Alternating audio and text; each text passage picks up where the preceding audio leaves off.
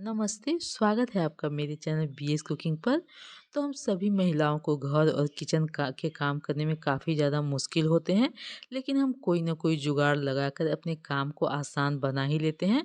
तो ये छोटे-छोटे से जो टिप्स होते हैं फ्रेंड हमारे बहुत ही काम आते हैं। तो चलिए देख लेते हैं। तो हमारा सबसे पहला टिप्स यहाँ पे किचन सिंक को लेकर है। हम सभी के साथ ऐसी समस्याएं तो होती ही है कभी न कभी। क्या होता है कि जो हमारा किचन सिंक है उसकी पाइप जाम हो जाती है और किचन सिंक में बहुत सारा पानी जमा हो जाता है। तो उस समय हमें समझ में नहीं आता है कि हम क्या करें, कैसे किचन सिंक के पानी को निकालें। तो उसके लिए मैंने यहाँ पे एक गिलास लिया है और गिलास से हम इस तरह से प्रेस करेंगे। जैसे जैसे हम प्रेस करते जाएंगे किचन सिंक की जो पानी है जिस भरा हुआ वो निकलते जाएगा। आप देख सकते हैं जैसे जैसे मैं गिलास से फ्रेश करते जा रही हूँ, जो पानी भरा हुआ है पाइप से निकलते जा रही है। तो इस तरह से आप किचन सिंक के पानी को बहुत आसान तरह से निकाल सकती हैं। किचन सिंक की पाइप में बहुत सारे कचरा वगैरह चले जाते हैं, जिससे जो किचन सिंक का पाइप है वो जाम हो जाता है और पानी नहीं निकलता है। तो इस तरह से आप गिलास से प्रेस करेंगी तो उसमें एक प्रेशर बनेगा जिससे सारा पानी निकल जाएगा, और इस तरह से हम ढक्कन लगा कर रखेंगे जब किचन सिंक का, तो कोई भी कचरा नहीं जाएगा। तो चलिए अगला देख लेते हैं। तो अगला है गाजर छीलने को लेकर। अभी मार्केट में बहुत ज़्यादा गाजर मिल भी रहे हैं फ्रेंड, और जो गाजर हम खरीद कर लाते हैं उसमें काफ़ी ज़्यादा धूल मिट्टी लगा रहता है। हम चाहे कितना भी धो लें लेकिन फिर भी उसमें मिट्टी लगा ही रहता है। और जब हम उसे पिलर से छीलते हैं तो काफ़ी ज़्यादा उसके मोटे मोटे छिलके निकल जाते हैं, जिससे काफ़ी ज़्यादा गाजर वेस्ट हो जाता है, बहुत ज़्यादा छिलके में ही चला जाता है। तो यहाँ पे हम बोतल लेंगे और उसे ऊपर की तरफ हम कट कर लेंगे। तो इस तरह के बोतल तो हम सभी के घरों में होते ही हैं फ्रेंड, उसे ही हम ऊपर की तरफ कट कर लेंगे। तो जब इस तरह के बोतल से आप गाजर के छिलके उतारेंगे तो बिल्कुल भी गाजर के मोटे मोटे छिलके नहीं निकलेंगे। तो इसे काटने के लिए मैं यहाँ पे कैंची का इस्तेमाल कर रही हूँ, चाकू से नहीं कट रहा था फ्रेंड, तो इसीलिए मैं यहाँ पे कैंची से काट ले रही हूँ। तो यहाँ पे मैंने बोतल को काट कर इस तरह से तैयार कर लिया है। अब इससे हम गाजर को छीलेंगे। तो इससे जो गाजर के छिलके हैं बहुत आसान तरीके से निकल जाते हैं फ्रेंड, आप सामने देख ही सकते हैं। तो इस तरह से बोतल की मदद से आप बहुत सारे गाजर को छील भी सकती हैं और आपके गाजर वेस्ट भी नहीं होंगे। इसके बहुत पतले पतले छिलके निकलेंगे, आप यहाँ पे देख सकते हैं। और जो गाजर है वो बहुत अच्छे से साफ भी हो जाएगा। तो इस तरह से आप गाजर को छील सकते हैं। तो होप करती हूँ कि ये टिप्स आपको पसंद आई होगी। तो चलिए अगला देख लेते हैं। तो अगला है मटर छीलने को लेकर। जब कभी भी हमें ज़्यादा मात्रा में मटर छीलना होता है तो काफ़ी ज़्यादा हमें दिक्कत होती है, क्योंकि मटर छीलने से हमारे नाखूनों में भी दर्द होने लगता है। अगर थोड़ा बहुत मटर छीलना हो तो चलिए हम छील भी लेते हैं, लेकिन कभी कभी बहुत ज़्यादा मात्रा में मटर छीलना होता है और जिससे हमें काफ़ी ज़्यादा दिक्कत होती है, हमारे नाखूनों में दर्द होने लगता है। तो यहाँ पे हम सेफ्टी पिन लेंगे और इसकी मदद से हम मटर को छीलेंगे। तो जो मटर का जॉइंट होता है उसे हमें सेफ्टी पिन से इस तरह से प्रेस करना है, जिससे उसकी जॉइंट है वो खुल जाएगी। तो आप यहाँ पे वीडियो में देख सकते हैं फ्रेंड, मैंने सिर्फ सेफ्टी पिन से सिर्फ इस तरह से प्रेस किया है, उसके जॉइंट कितनी आसानी से खुल जा रहे हैं। फिर भी हमें छीलने की कोई ज़रूरत ही नहीं है, बस इसके छिलके खुद ब खुद निकल जा रहे हैं, आप यहाँ पे वीडियो में देख सकते हैं। तो इस तरह से हमें सेफ्टी पिन से इसके जॉइंट पर इस तरह से प्रेस करना है। उसके बाद आप मटर को बस छिलके से आपको बाहर निकाल कर बर्तन में रखना है।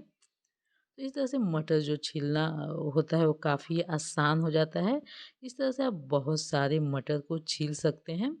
कभी कभी हमें बहुत ज़्यादा मटर छीलना होता है किसी ग्रेवी वगैरह के लिए, या कोई भी पार्टी या फंक्शन हुआ उसके लिए, तो इस तरह से आप बहुत सारे मटर को छील सकती हैं। तो चलिए अगला देख लेते हैं। तो अगला है इस तरह के डब्बे को लेकर। इस तरह के डब्बे हमारे घर में आते रहते हैं, चाहे कोई मिठाई वगैरह आ गया, चाहे ड्राई फ्रूट। तो इस तरह के डब्बे हमारे घर में आते ही रहते हैं, लेकिन हम उन्हें कूड़ा समझकर फेंक देते हैं, लेकिन इसका बहुत अच्छा इस्तेमाल आप कर सकती हैं फ्रेंड। हमारे घर में चम्मच तो होते ही हैं, लेकिन कई घरों में चम्मच रखने का स्टैंड नहीं होता है और जो चम्मच है इधर उधर रखे रहते हैं, तो उसे आप इस तरह के डब्बे में रख सकती हैं। तो इस तरह के जो डब्बे होते हैं वो ट्रांसपेरेंट होते हैं, और इस तरह से आप चम्मच रखेंगी तो आपको दिखते भी रहेगा, और जब ज़रूरत होगी तो आपको आसानी से मिल भी जाएगा। तो इस तरह से आप इस डब्बे में चम्मच को रख सकते हैं, या फिर किचन में बहुत सारे ऐसे टॉवल होते हैं जैसे हाथ पोंछने वाला, रोटी रखने वाला, तो आप किचन टॉवल को भी इसमें रख सकती हैं। तो ये सेफ भी रहेंगे, इसमें धूल मिट्टी भी नहीं पड़ेंगे, गर्दे भी नहीं पड़ेंगे, और ये आपको दिखाई भी देते रहेंगे, और जब भी ज़रूरत पड़ेगी तो आप इसे निकाल कर इस्तेमाल कर सकते हैं। तो चलिए अगला देख लेते हैं। तो अगला है इस तरह के ताले को लेकर। इस तरह के ताले जो हमारे घर में रखे रखे इसमें जंग वगैरह लग जाते हैं, और क्या होता है कि ये जाम हो जाते हैं, ना बंद होते हैं ना खुलते हैं, इसमें जंग लग जाता है।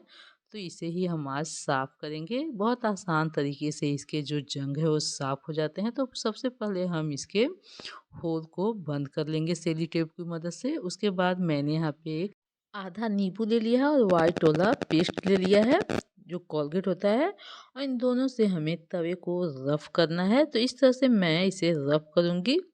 तो जैसे जैसे हम रफ़ करते जाएंगे, तवे में अगर जंग लगा होगा तो बहुत अच्छे से निकल जाएगा। तो जो कोलगेट और नींबू है फ्रेंड, चाहे कितना भी जंग लगा हो, ताला वगैरह, वो बहुत अच्छे से साफ़ हो जाता है। तो उसके बाद फिर हम सूती कपड़े से इसे पोंछ देंगे, और जो हमने टेप लगाया था उसे भी हम निकाल देंगे। तो यहाँ पे मैंने इसे पोंछ दिया है। आप देख सकते हैं जो ताला है कितने अच्छे से साफ़ हो गया है। जितने भी जंग लगे हुए थे सारे निकल गए हैं। जो ताला है बिल्कुल नए जैसा हो गया है, लेकिन इसके अंदर भी जंग लग जाते हैं जिससे जो ताला है वो ना खुलता है ना बंद होता है। तो हम इसके नीचे सरसों का तेल डालेंगे। तो हमें यहाँ सरसों के तेल का इस्तेमाल करना है फ्रेंड। जो सरसों के तेल होते हैं वो जंग को ख़त्म कर देते हैं। तो तेल को मैंने यहाँ पे थोड़ा सा गर्म कर दिया है।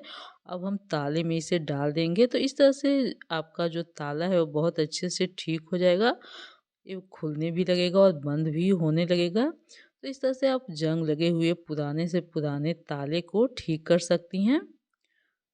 तो अगर आज का ये टिप्स आपको ज़रा सा भी अच्छा लगे फ्रेंड, तो लाइक ज़रूर कीजिएगा। तो चलिए अगला देख लेते हैं। तो अगला है नॉन स्टिकी तवा को लेकर।